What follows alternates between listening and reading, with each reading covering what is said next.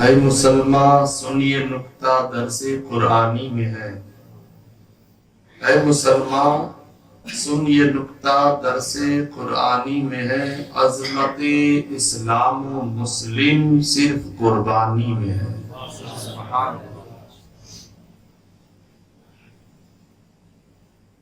فاذکرونی اذکرکم واشکرونی ولا تکفرون۔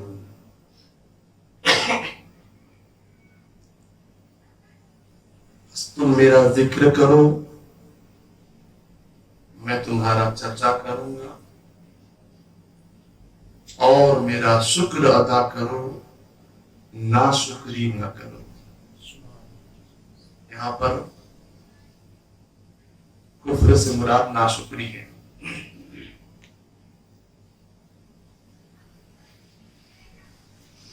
آج جیسے جیسے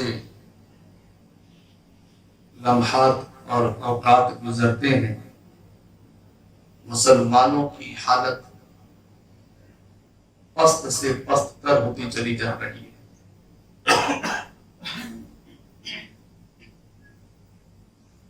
مسلمان آج ایسے محسوس ہو رہا ہے جیسے غفلت میں سویا ہوا ہے، غافل بنا پڑا ہوا ہے۔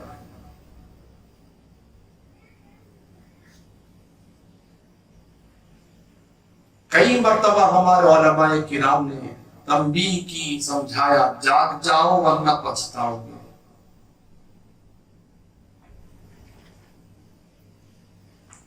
اور یہ جملہ بڑا پیارا سمجھایا گیا تھا، اگر تم قدرت رکھتے ہو، نماز پڑھنے کی طاقت رکھتے ہو، نہیں پڑھو گے تو ایک وقت ایسا بھی آئے گا کہ تم نماز چاہ کر کے بھی نہیں پڑھ سکو گے۔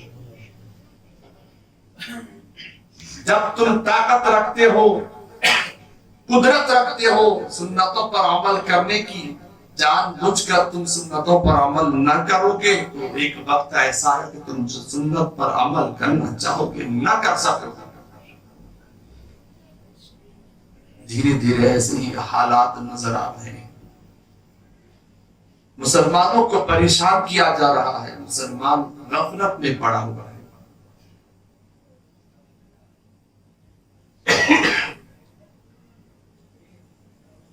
اصل میں اس کا ایک ریزن سب سے بڑا یہ ہے کہ ہم اللہ و رسول سے جو محبت کرنی چاہیے، جیسی محبت کرنی چاہیے ویسے ہم نہیں کر پاتے۔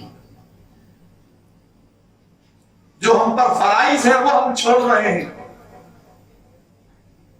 نماز افضل العبادات ہے، لیکن اکثریت ہماری نماز سے غافل ہے۔ زیادہ تر لوگوں کو دیکھو تو بے نماز، کچھ تو ایسے ہوتے ہیں اللہ اکبر کہ طرح طرح کی مصیبتیں آتی ہیں پھر بھی آنکھ نہیں کھلتی، پھر بھی نماز نہیں پڑھتے ہو۔ صرف نماز ہی عبادت ہے ایسا میں نہیں کہہ رہا ہوں، لیکن نماز افضل العبادات ہے۔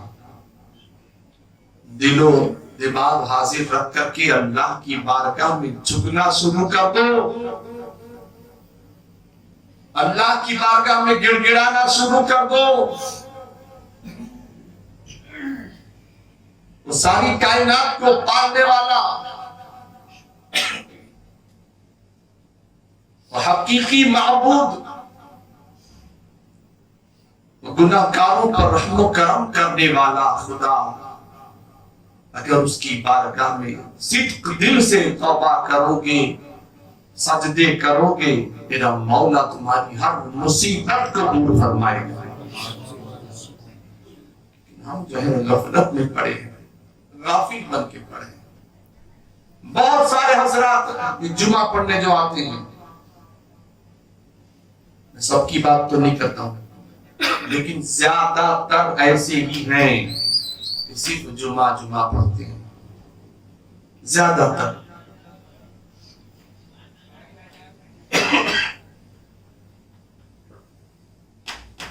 ہم نے اپنے اسلاف کی زندگی کو بھلا دیا ہے، بزرگوں کے حالات کو ہم بھلا بیٹھے ہیں۔ صلاح الدین ایوبی رحمت اللہ تعالی علیہ اگر کامیاب تھے تو بتاؤ ان کی زندگی کا گوشہ گوشہ دیکھ کر کے پڑھ کر کے بتاؤ ایک وقت کی بھی وہ نماز نہیں چھوڑتے تھے. حضرت عمر فاروق اعظم رضی اللہ تعالیٰ عنہ ان کے دور خلافت میں تقریباً آدھی دنیا میں دین پھیل گیا تھا، لیکن ان کے تقوی کا عالم کیا ہے. اللہ اکبر. جہاں ان سے بڑے بڑے ڈان قیصر و کسریٰ تھرا جاتے تھے ان کا نام سن کر کے، فاروق اعظم کا نام سن کر، لیکن ان کی خود کی حالت یہ ان کی خدا کے خوف سے وہ خوب روتے تھے. اتنا روتے تھے اللہ کے ڈر سے کہ آنکھوں سے جو آنسو بہتے تھے تو یہاں پر نشان بن گئے تھے آنسوؤں کے. اللہ. لیکن رعب میرے اللہ نے کیسا عطا فرمایا، دنیا تھر تھرا اٹھتی. اللہ. ہم نے اپنے اسلاف کی زندگی کو بھلا دیا ہے. ہم میں بہت سارے ایسے بھی آپ کو ملیں گے جو اپنی حقیقت کو بھلا بیٹھتے ہیں. غریب تھے، مولا نے مالدار بنا دیا تو شکر ادا کرنا چاہیے تو اور غافل زیادہ ہو گئے. مال آیا تو زیادہ سجدے کرنا چاہیے، اللہ کا شکر ادا کرنا چاہیے تو حالت اس کے الٹی اس کے خلاف نظر آ رہی. ہم زیادہ خرافات کر رہے ہیں، زیادہ گناہوں میں ملوث ہیں.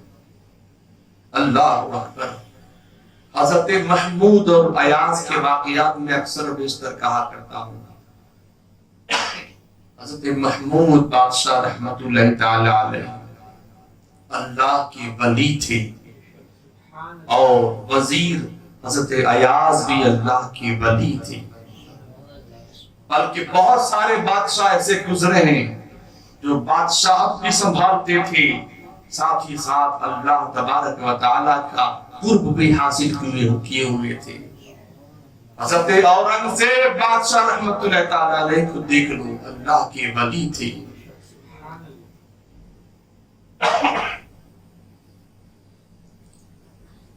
شمس الدین التمش کو دیکھ لی تھی، اللہ کی ولی تھی.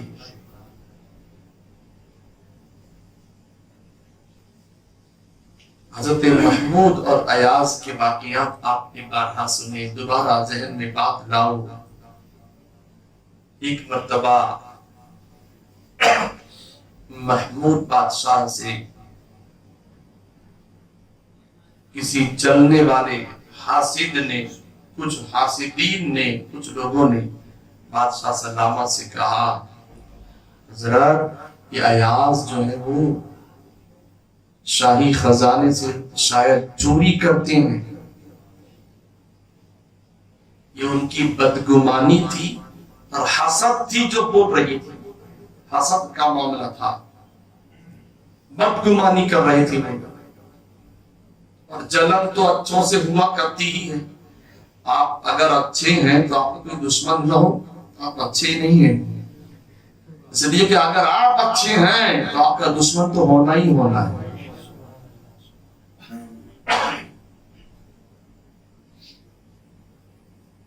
حضرت محمود بادشاہ سے شکایت کرنے لگے، کام کرنے لگے. محمود بادشاہ کو اپنے وزیر ایاز پر بڑا بھروسہ تھا کہ میرا ایاز چور نہیں ہے، میرا ایاز غلط نہیں ہے. لیکن پھر بھی جب دشمن لوگ، حاسدین لوگ جو ہے کام کرتے تھے تو کہا اچھا ٹھیک ہے، کیا بات ہے. کہا رات کو اکیلے میں جاتے ہیں اور تالا کھول کر کے اس روم میں، اس کمرے میں جا کر اندر سے بند کر دیتے ہیں، اندر شاید خزانہ چھپا رہے ہیں. اللہ کا اچھا ٹھیک ہے، اب جب جائے تو مجھے بلا. محمود بادشاہ سے کہنے والوں نے کہا ٹھیک ہے حضور، بادشاہ سلامت، ہم بلا لیں گے. رات ہوئی، معمول کے مطابق حضرت ایاز رحمت اللہ تعالی علیہ دروازہ کھولا. وہ جو روم تھا ان کا خاص کمرہ تھا، دروازہ کھولا، اندر داخل ہوئے، اندر سے بند کر دیا. جلنے والوں نے بادشاہ سلامت سے کہا حضور دیکھو چلو چلو ایاز گئے ہیں ضرور خزانہ چھپایا ہوگا. بادشاہ سلامت کو لے کر کے آئے کہا حضور اس میں ہے دیکھو بند کر دیا ہے اندر سے, اندر شاید خزانہ چھپا رہے ہیں. بادشاہ سلامت نے آواز دی, دستک دی, ایاز. ایاز نے جواب دی لبیک سیدی.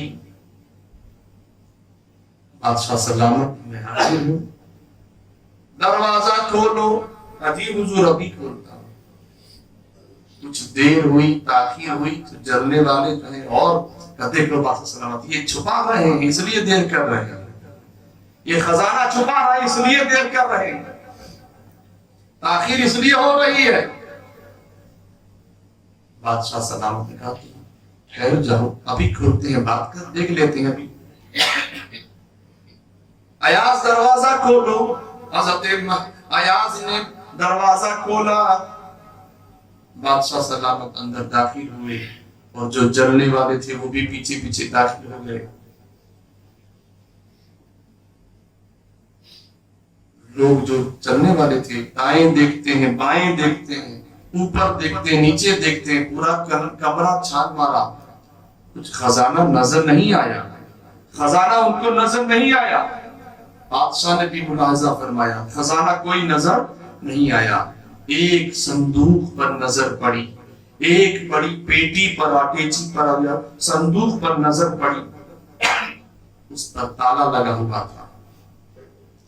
جلنے والوں نے کہا بادشاہ سلامت دیکھو یہ صندوق ہے, اسی میں جو ہے خزانہ چھپایا ہوا ہے. محمود بادشاہ نے کہا بیٹا ایاز اس میں کیا ہے؟ ایاز جو ہے بڑے ادب سے عرض کرتے بادشاہ سلامت راز کی بات ہے, اس کو ظاہر نہ کرو تو بہتر ہے, ظاہر نہ ہونے تو بہتر ہے.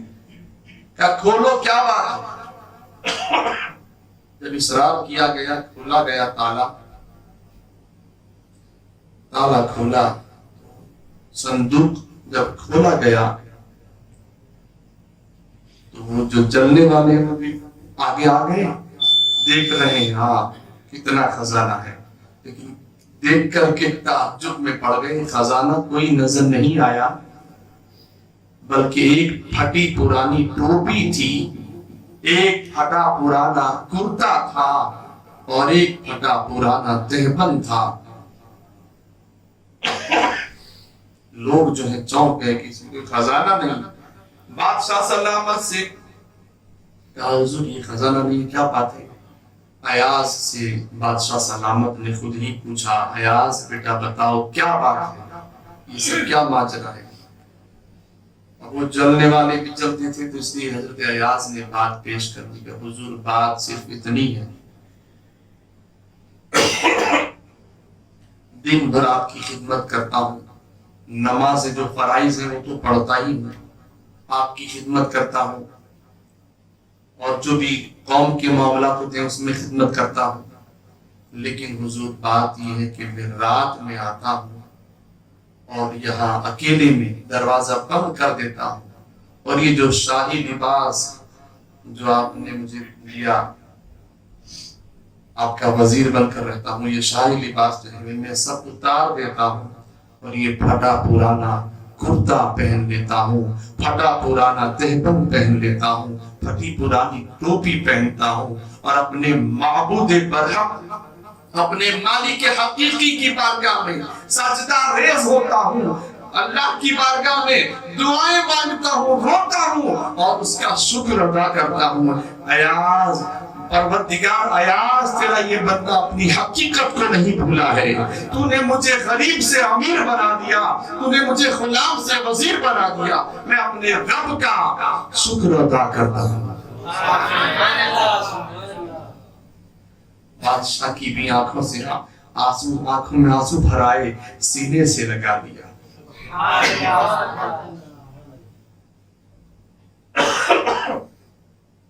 ہمارے اسلاف جو ہے بادشاہ بھی ہوا کرتے تھے، وزیر بھی ہوا کرتے تھے، اس کے باوجود اپنے پروردگار کی بارگاہ میں خوب روتے تھے، خوب گریہ زاری کرتے تھے، نمازوں کا اہتمام خوب کرتے تھے، اور نوافل بھی پڑھتے تھے، خوب پڑھتے تھے۔ اور آج ہماری حالت کیا ہے؟ ہم فرائض چھوڑ رہے ہیں، ہم پر جو فرض نماز ہے وہ چھوڑ رہے ہیں۔ بڑے شرم کی بات ہے، پھر مصیبت نہ آئے گی تو کیا آئے گا؟ یہاں مجھے ایک بات اور یاد آ رہی حضرت ایاز کے تعلق سے کہ ہم کتنے غافل پڑے ہوئے ہیں۔ ایاز اور محمود بادشاہ وغیرہ نوافل بھی خوب پڑھتے تھے، اللہ اکبر۔ ایک مرتبہ بادشاہ سلامت نے کچھ درباری تھے تو موتیوں کو لیا اور پانی میں ڈال دیا اور درباریوں سے کہا یہ موتی جو میں نے پانی میں ڈالے ہیں، حوض میں ڈالے ہیں، اس کو نکال کر لاؤ، لیکن شرط یہ ہے کہ بدن یا کپڑے بھیگنا نہیں چاہیے، تمہارا بدن یا کپڑے بھیگنا نہیں چاہیے، اندر سے جا کر کے نکال کر لاؤ۔ تو کوئی نہیں گیا، ظاہر سی بات ہے جائیں گے تو بھیگ جائیں گے، شرط رکھی تھی بھیگنا نہیں چاہیے، کوئی نہیں گیا۔ اتنے میں ایاز سامنے سے آتے ہوئے نظر آئے، محمود بادشاہ نے کہا ایاز، جی حضور، اس میں نے موتی ڈالے ہیں حوض میں، اس کو لے کر کے آؤ، لیکن دوسری بات یہ ہے، پہلا حکم یہ ہے کہ لے کر کے آؤ، نکال کر لاؤ، اور دوسرا حکم یہ ہے کہ کپڑے یا بدن بھیگنا نہیں چاہیے۔ ایاز فوراً جو ہے کود گئے اندر پانی میں اور اندر سے نکال کر کے موتی پیش کر دیے۔ بدن بھیگ گیا ہے، کپڑے بھیگ گئے ہیں، تو جو جلنے والے تھے وہ سوچ رہے ہیں کہ ایاز کو اب ڈانٹ پڑے گی، اب ایاز کو ڈانٹیں گے۔ ایاز نے پیش کر دی موتی ہی نے جو کہا تھا۔ بادشاہ سلامت کہا ایاز ٹھیک ہے یہ لے تو آیا، لیکن ہم نے یہ کہا تھا کہ بدن بھیگنا نہیں چاہیے، کپڑے بھیگنا نہیں چاہیے، تمہارے بدن بھی تمہارا بدن بھیگ گیا، کپڑے بھیگ گئے ہیں۔ اس وقت بادشاہ سلامت کی بارگاہ میں ایاز نے عرض کی حضور آپ کے دو حکم تھے، آپ کے دو حکم تھے، ایک یہ حکم کہ نکال کر کے لاؤ، دوسرا حکم ہے کہ کپڑے بھیگنا نہیں چاہیے، بدن بھیگنا نہیں چاہیے۔ حضور میں نے ایک حکم تو پر میں نے عمل کیا، دوسرے حکم میں کوتاہی ہو گئی، حضور معاف کیجیے گا۔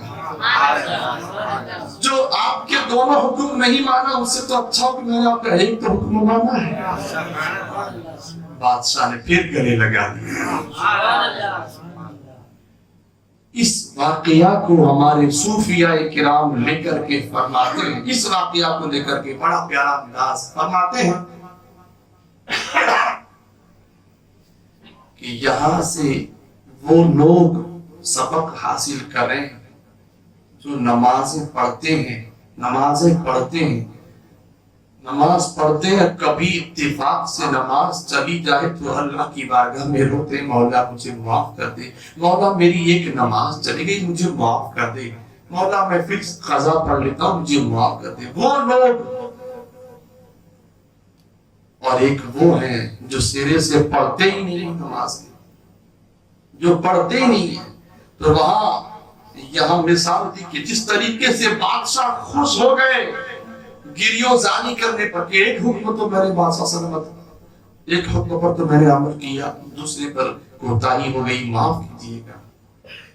اسی طریقے سے جب بندہ نمازیں پڑھتا ہے، پانچوں وقت کی نماز پڑھتا ہے، کبھی اتفاق سے کسی وجہ سے نماز چھوٹ جائے تو اللہ کی بارگاہ میں روتا ہے مولا مجھے معاف کر دے، میری نماز چلی گئی، میں پڑھ لیتا ہوں مجھے معاف کر دے۔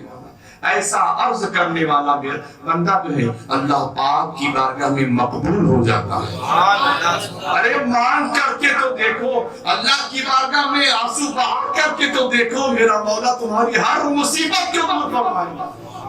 اللہ کا ذکر کرو، کوتاہیاں ہو گئی ہیں، ابھی سے آج سے اس وقت سے سچی توبہ کر لو کہ انشاءاللہ نمازیں نہیں چھوڑوں گا انشاءاللہ۔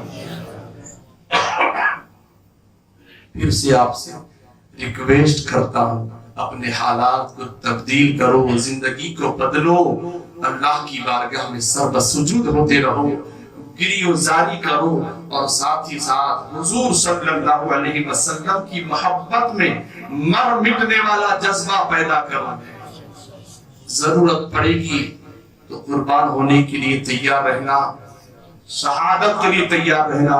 اللہ پاک جیسے آج تریپورہ کے مسلمانوں پر جو ظلم ہو رہے ہیں، اللہ تبارک و تعالیٰ کی بارگاہ میں دعا ہے کہ اللہ پاک مسلمانوں کو صبر جمیل عطا فرما اور استقامت، دین پر استقامت عطا فرما۔ اللہ پاک ان کو سلامت رکھنا، یہ آفات بلیات دور فرما، بلکہ ساری دنیا کے مسلمانوں کی جان، مال، عزت، آبرو، خصوصاً ایمان کی اللہ پاک حفاظت فرما۔ آمین برحمتک یا ارحم الراحمین۔